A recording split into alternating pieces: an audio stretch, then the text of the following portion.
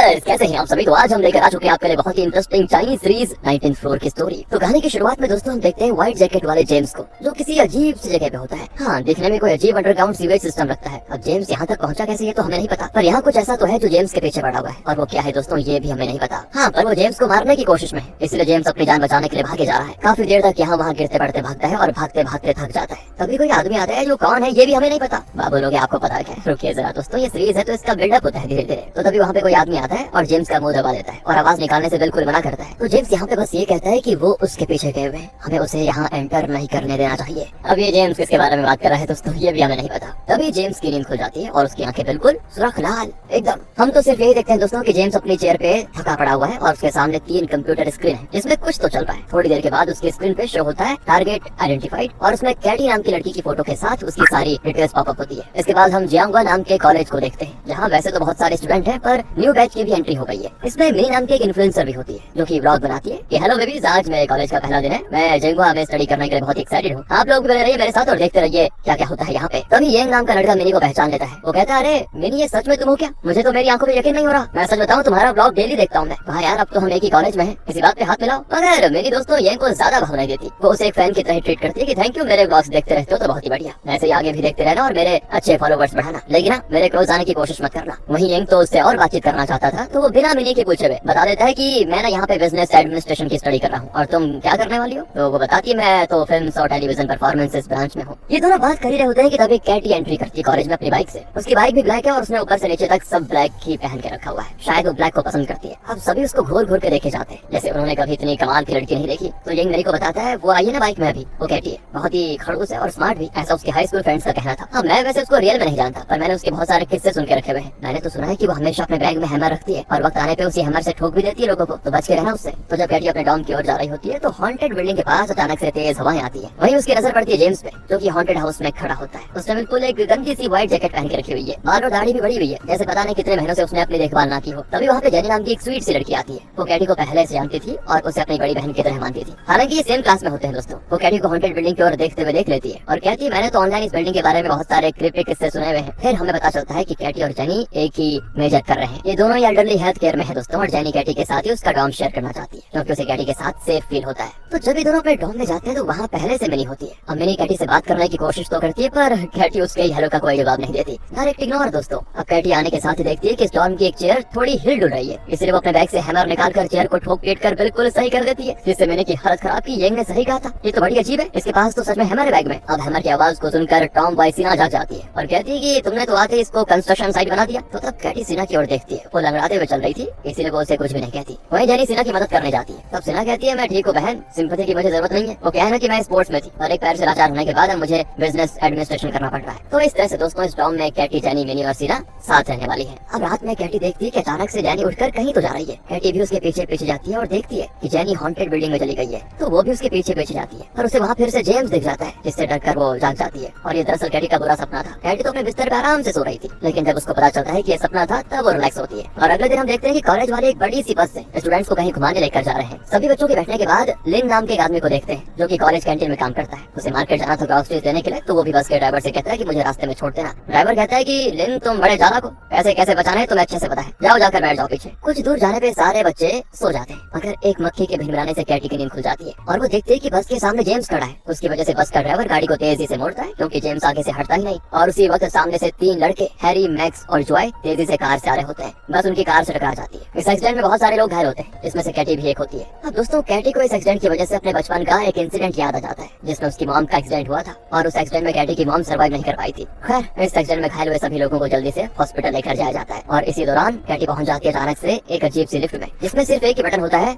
19th floor. और इस तरह के दोस्तों हम टोटल 6 लिफ्ट देखते हैं जो कि हवा में लटकी हुई है। अब लिफ्ट में एक ही बटन होने की वजह से कैटी 19th फ्लोर का बटन ये सोचकर दबा देती है कि चलो कहीं तो निकलूंगी, इस लिफ्ट में बंद रहने से तो अच्छा ही होगा कि बाहर निकल जाऊं 19वें फ्लोर पर। लेकिन दोस्तों उसको अंदाजा नहीं था, रत्ती भर भी अंदाजा नहीं था कि 19वें फ्लोर पे एक नाइटमेयर उसका इंतजार कर रहा होगा। जैसे ही लिफ्ट 19th फ्लोर पे रुकती है ना, कैटी डरते डरते बाहर निकलती है। उसके तो होश उड़ जाते हैं क्योंकि यहाँ पे वही हॉन्टेड हाउस है उसके कॉलेज वाला, जिसकी बहुत सी क्रीपी स्टोरीज फेमस थी। पर आसपास दूर दूर तक कैटी को कोई दिखाई नहीं देता, इसीलिए उसे हॉन्टेड हाउस में ही जाना पड़ जाता है। अंदर जाकर कैटी अभी चीजें समझने की कोशिश कर ही रही होती है कि यहाँ चल क्या रहा है, मैं यहाँ पे कैसे आई। तभी जेनी भी आ जाती है दोस्तों, और उसके बाद कैंटीन वाला वो अंकल लिन। इसके बाद कैटी को लगता है कि हम तीनों के अलावा भी यहाँ कोई है, और जब वो उस आदमी की ओर जाने के लिए मुड़ती है तभी वहाँ पे कार वाले तीनों लड़के आ जाते हैं, यानी कि वही हैरी, मैक्स और जॉय। अब दोस्तों यहाँ पे एक चीज नोटिस करने वाली है कि इन 6 लोगों ने हॉस्पिटल वाले कपड़े पहन के रखे हुए हैं और यहाँ ये तीनों लड़के आपस में बातें करने लगते हैं कि भाई हम मर गए क्या, और ये तो स्वर्ग जैसा नहीं लग रहा, कहीं हम नरक में तो नहीं आ गए। तो मैक्स कहता है नहीं भाई हम मरे नहीं है, मरने पे तो हम पक्का स्वर्ग ही जाएंगे, ये जरूर देखना हमारा सपना होगा। वैसे ये लोग कौन है, तुम्हारा भी एक्सीडेंट हुआ था क्या? तो जेनी बताती है हाँ हम बस में थे। अब दोस्तों ये लोग आपस में बातें कर ही रहे होते हैं कि तभी हैरी को एक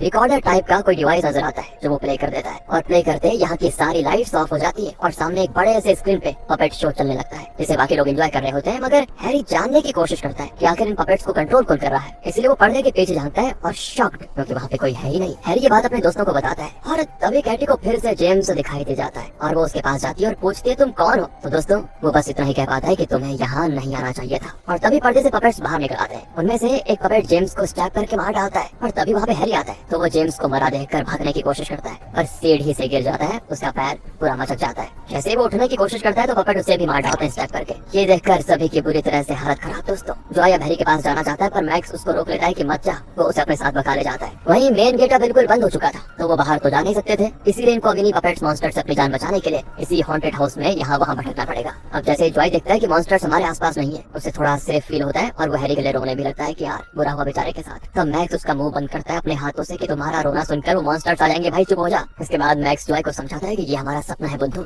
हैरी सच में थोड़ी मरा है, देखना जब हम जागेंगे तो सब ठीक होगा। जॉय कहता है कि पर सब कुछ मुझे इतना रियल क्यों फील हो रहा है भाई। तो मैक्स कहता है कि भाई तू एक बात बता, तूने कभी रियल में इस तरह के मॉन्स्टर्स के बारे में सुना है या कभी देखा है? नहीं ना, अरे ये हमारी इमेजिनेशन है सिर्फ। दूसरी ओर दोस्तों कैटी जो मॉन्स्टर से बचकर भाग रही होती है तो एक दीवार पर वो यहाँ का आधा फटा हुआ मैप देखती है, वो पूरे मैप को अपने दिमाग में स्कैन कर लेती है ताकि उसको भागने में आसानी हो। इधर जॉय और मैक्स को विंडो दिख जाती है तो वो विंडो ग्लास को तोड़कर यहाँ से निकलने की कोशिश करते हैं और ये विंडो ग्लास बहुत ही टाइट बनी होती है, किसी चट्टान की तरह टूटने का नाम ही नहीं लेती। उल्टा तोड़ने की आवाज से मॉन्स्टर्स वहाँ पे आ जाते हैं जिससे इनकी हालत और खराब। दोस्तों उधर जेनी और अंकल इन बुक शेल्फ्स के पीछे छुप जाते हैं, अपना मुंह बंद करके चुपचाप बैठे होते हैं। उनके आसपास एक मॉन्स्टर मंडरा रहा होता है और यहाँ कैटी भी एक विंडो पे कुर्सी मारकर उसे तोड़ने की कोशिश करती है मगर वो टूटता नहीं। दोस्तों तभी वो देखती है अंकल इन और जेनी को भागते भागते, तो वो उनके पास जाती है। वहीं पे मैक्स और जॉय भी भागते हुए आ जाते हैं, यानी अब ये सारे लोग एक जगह पे इकट्ठा हो चुके हैं, वो भी एक गैलरी जैसी जगह में दोस्तों, जहाँ चारों ओर से उनके पास मॉन्स्टर्स बढ़ रहे होते हैं। इनके भागने का रास्ता समझ नहीं आता कहाँ जाएंगे और ये लोग इसी को अपना आखिरी पल मान लेते हैं। लेकिन तभी मसीहा बनकर आता है सैम नाम का एक लड़का जो कि शोर करके मॉन्स्टर्स का ध्यान अपनी ओर खींच लेता है, जिससे इन लोगों को मिल जाता है भागने का मौका। और फिर मॉन्स्टर्स को पूरी तरह से डिस्ट्रैक्ट करने के बाद सैम इन लोगों के पास वापस आता है और बताता है कि देखो मैं तुम लोगों से पहले यहाँ पे आया हुआ हूँ। तभी कैटी को याद आता है कि उस वक्त मैंने इस लड़के को देखा था छिपते हुए, इसलिए कैटी उससे पूछती है कि ये कौन सी जगह है, यहाँ चल क्या रहा है ये। तो सैम कहता है कि मैं खुद इस चीज को समझने की कोशिश कर रहा हूँ। मेरे ख्याल से दो बातें हो सकती है, पहला ये कि ये रियल वर्ल्ड जैसा दिखने वाला कोई पैरेलल वर्ल्ड है जो दिखने में तो हमारी दुनिया की तरह ही है, लेकिन यहाँ कई और भी अजीब चीजें हैं जो हमारी दुनिया में नहीं हो सकती, जैसे कि वो पपेट मॉन्स्टर्स। और दूसरा मुझे ये लगता है कि हम अपनी दुनिया में हैं और हमारे साथ कोई ट्रिक्स कर रहा है। वो पपेट मॉन्स्टर्स या तो कोई मैजिक का कमाल है या फिर किसी स्पेशल डिवाइस का या फिर किसी तरह का इल्यूजन है। तो इस पे जॉय कहता है कि हैरी इस तरह की चीजों में इंटरेस्टेड रहता है। सैम कहता है कि हो सकता है हैरी भी इस ट्रिक में शामिल हो। अब जॉय कहता है कि इसका मतलब ये हुआ कि हैरी जिंदा है। तब कैटी कहती है कि ये जो भी है पर इसकी शुरुआत तो हॉस्पिटल से हुई थी, हम सबने पेशेंट वाले कपड़े पहन कर रखे हुए हैं मगर तुमने तो कैजुअल वियर पहना हुआ है, तो सैम तुम यहाँ पे कैसे आए? इस पे सैम कहता है कि मैं तो अपने रूम में बस सो रहा था, पता नहीं यहाँ पे कैसे पहुँच गया। फिर क्या था दोस्तों, सभी को सैम के ऊपर भी डाउट हो जाता है और तभी अंकल इन की नजर पड़ती है एक बॉक्स पे जिसमें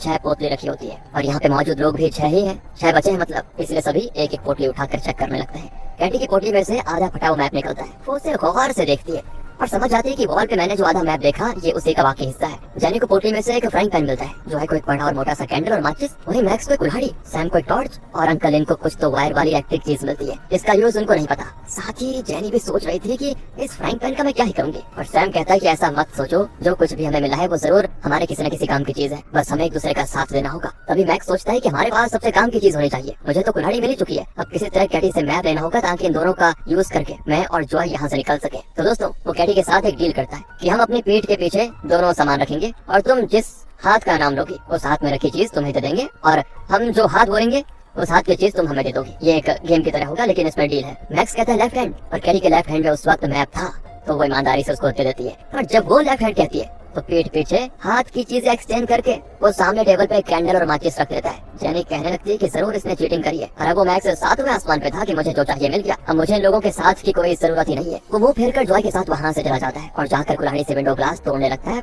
और कुल्हाड़ी से भी ग्लास ना टूटने पर मैक्स की हालत हो जाती है खराब कि आखिर ये ग्लास इतना मजबूत कैसे, ये टूट क्यों नहीं रहा। इधर सैम समझ जाता है कि कैटी को तो कैंडल और माचिस ही चाहिए था, क्योंकि वो समझ चुकी थी कि मॉन्स्टर्स को लाइट से डर लगता है, क्योंकि सैम से मिलने से पहले जब वो मॉन्स्टर से भाग रही थी ना तो उसने नोटिस कर लिया था कि मॉन्स्टर्स खिड़की से आने वाली रोशनी से बचकर दूर जा रहे हैं। साथ ही कैटी ने मैप भी ध्यान से देखकर याद कर लिया था कि कौन सी चीज कहाँ पे है, और अपने ग्रुप के बाकी लोगों को समझाने के लिए वो जमीन पे ड्रॉ कर देती है मैप को, जिसको देखकर ये लोग समझ जाते हैं कि यहाँ के सारे खिड़की दरवाजे सील्ड हैं, यानी बाहर जाने का कोई रास्ता नहीं फिलहाल। पर हाँ, यहाँ के दोनों साइड के एंड पे कंट्रोल रूम है, जहाँ से इस बिल्डिंग की सारी लाइट्स कंट्रोल होती है। यानी कि अगर हम यहाँ से बाहर नहीं निकल सकते तो क्या हो गया, कम से कम लाइट जलाकर सारे मॉन्स्टर्स को मार तो सकते हैं ना, क्योंकि वो लोग तो तभी अपेयर होंगे जब यहाँ की सारी लाइट्स कट हो जाएंगी, क्योंकि पहले भी ऐसा हुआ था। तो अब कैटी सैम से कहती है कि मैं और तुम अलग अलग होकर दोनों कंट्रोल रूम में जाएंगे, तुम्हारे पास टॉर्च और मेरे पास कैंडल, वही माचिस मैं दे दूंगी जेनी को, ताकि जेनी और अंकल लिन यहाँ सेफ रह सके। इसके बाद जब कैटी जाने लगती है दोस्तों, तो कंट्रोल रूम से पहले एक लंबी और पतली सी कॉरिडोर पड़ती है, जिसकी हर कुछ दूरी पे पपेट मॉन्स्टर्स की पेंटिंग है। उन पेंटिंग से भी मॉन्स्टर्स निकलने लग जाते हैं, और जैसे कैटी जलती हुई कैंडल दिखाती है ना, तो रोशनी की वजह से वो वापस पेंटिंग में चले जाते हैं, और ये चीज वो बार बार करके थक जाती है, इसीलिए वो वहाँ से वापस चले जाती है। दूसरी ओर जेनी और लिन जिस रूम में रुके हुए थे ना, वहाँ के एक एक दरवाजे पे जोर जोर से कोई पीटने लग जाता है, जिससे ये दोनों डर जाते हैं, और थोड़ी देर में दरवाजा तोड़कर कोई अंदर एंटर कर जाता है। और जब ये ध्यान से देखते हैं तो पता चलता है कि वो तो सैम था।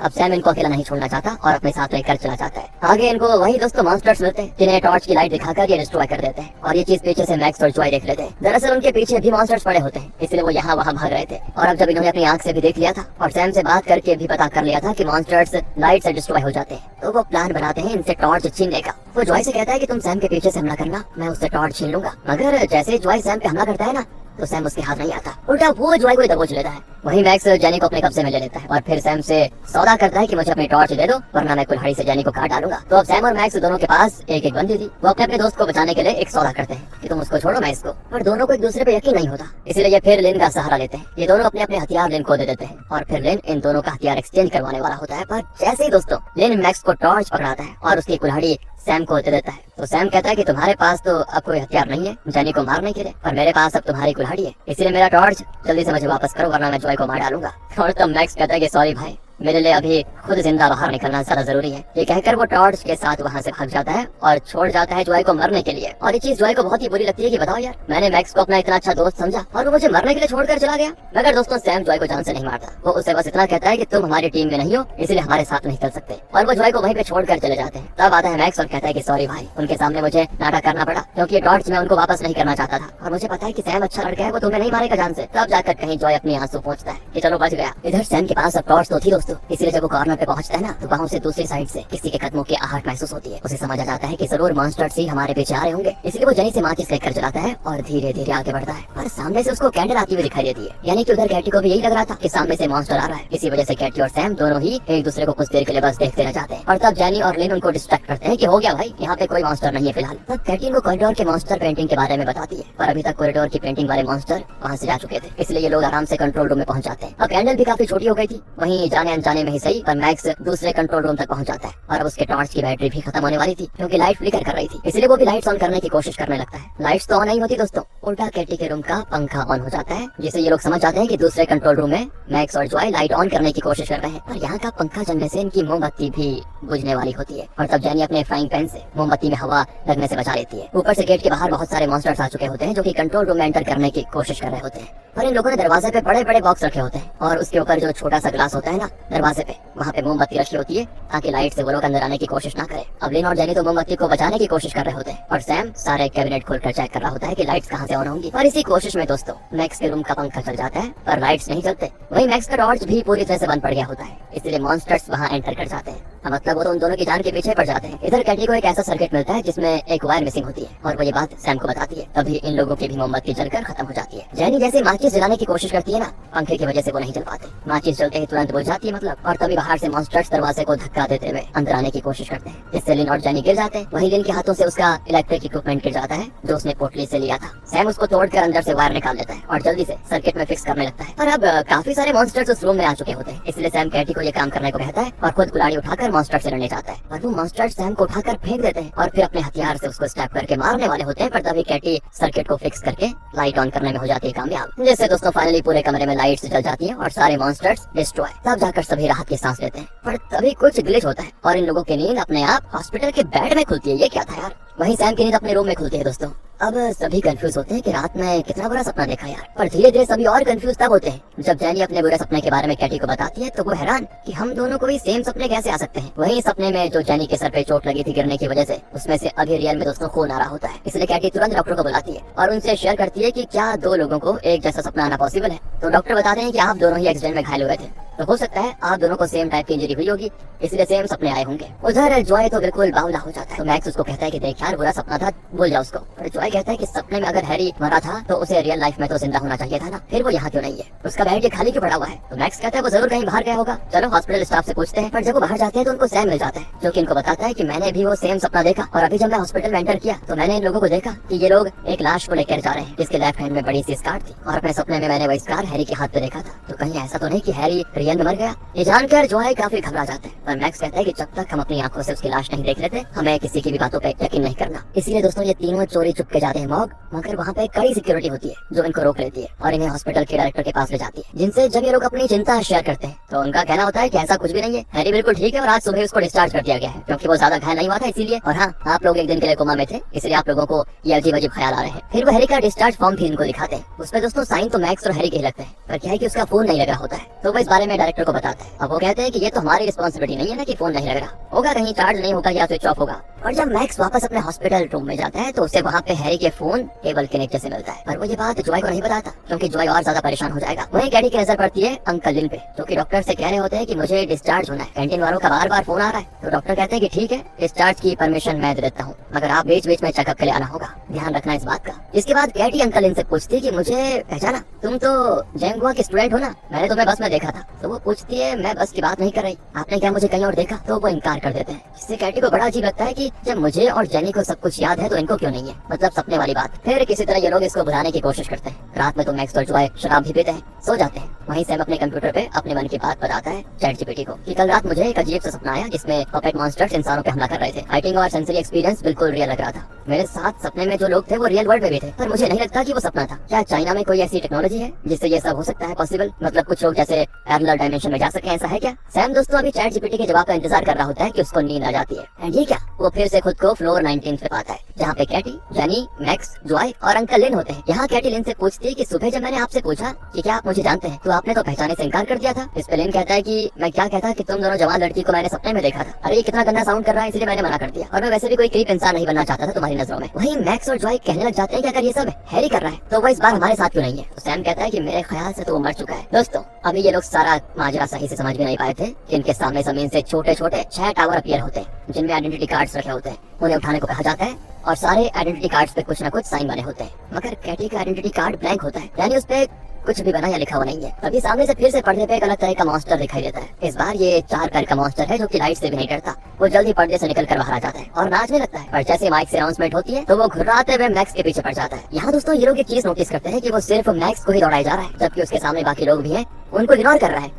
और ये बात समझने में इनको थोड़ी देर लगती है कि ऐसा वो मॉन्स्टर इसीलिए कर रहा है क्योंकि अनाउंसमेंट में मैक्स के आइडेंटिटी कार्ड का नाम लिया गया था। अकेले भागते भागते मैक्स बुरी तरह से थक भी गया था, इसलिए वो आइडेंटिटी कार्ड ही फेंक देता है, पर कुछ ही सेकंड्स के अंदर वो आइडेंटिटी कार्ड जमीन से गायब होकर मैक्स के गले में ऑटोमेटिकली आ जाता है। वो कई बार उसे फेंकता है पर वो बार बार मैक्स के गले का फंदा बनता जाता है। तो मैक्स बड़ी मुश्किल से थोड़ा दिमाग लगाता है और अपना आइडेंटिटी कार्ड जॉय को दे देता है, जिससे वो मॉन्स्टर सब मैक्स का पीछा छोड़ जॉय को दौड़ाने लग जाता है। यानी दोस्तों ये लोग अपनी अपनी आइडेंटिटी कार्ड चाहे तो एक्सचेंज भी कर सकते हैं। और मैक्स तो अब थक चुका था और जॉय थोड़ा मोटा था तो वो ज्यादा देर तक ऐसे दौड़ नहीं सकता था, इसलिए मैक्स जाकर सैम से हेल्प मांगता है। और तब जेनी कहती नहीं, हम एक टीम नहीं है, कल इसने मुझे अपनी कुल्हाड़ी से मारने की कोशिश की थी। तब मैक्स हाथ पैर जोड़ता और कहता है कि अब से मैं तुम लोगों की टीम में हूँ, तुम लोग जैसा कहोगे मैं वैसा ही करूंगा, प्लीज मेरी मदद करो। उधर जॉय भागते भागते जमीन पे गिर चुका था और मॉन्स्टर उसको खाने वाला होता है कि तभी अनाउंसमेंट में दूसरे आइडेंटिटी कार्ड का अनाउंसमेंट होता है, और वो वही कार्ड था दोस्तों जो कि मैक्स ने जॉय से लिया था। यानी अब मॉन्स्टर फिर से मैक्स के पीछे पड़ने वाला है। मैक्स कहने लगता है कि बड़े भाई सैम प्लीज, मैं और नहीं भाग सकता, मेरी जान बचा लो, मैं आपकी सारी बात मानूंगा आपसे, प्रॉमिस। फिर वो कार्ड एक्सचेंज करके दौड़ने लग जाता है और जब सैम थक जाता है तो कैटी उससे कार्ड एक्सचेंज कर लेती है और उसे भागने का मौका नहीं मिल पाता। मॉन्स्टर उसको खाने के लिए उसकी ओर छलांग लगा देता है और इसी के साथ फर्स्ट पार्ट यहीं पे हो जाता है दोस्तों खत्म। है ना बड़ी इंटरेस्टिंग सीरीज। क्या लगता है आपको, कैटी बच पाएगी या वो भी हैरी की तरह मर जाएगी? और हैरी का क्या हुआ, वो सच में मर चुका है या फिर कोई और ही बात है? और ये लोग कहाँ पे आ रहे हैं ये रात रात को? क्या ये किसी भूत प्रेत का काम है या फिर कोई पैरेलल डायमेंशन है? दोस्तों मिलते हैं अगले पार्ट में, तब तक के लिए आप इसको ज्यादा से ज्यादा शेयर करें, लाइक करें, कमेंट्स करें। अगर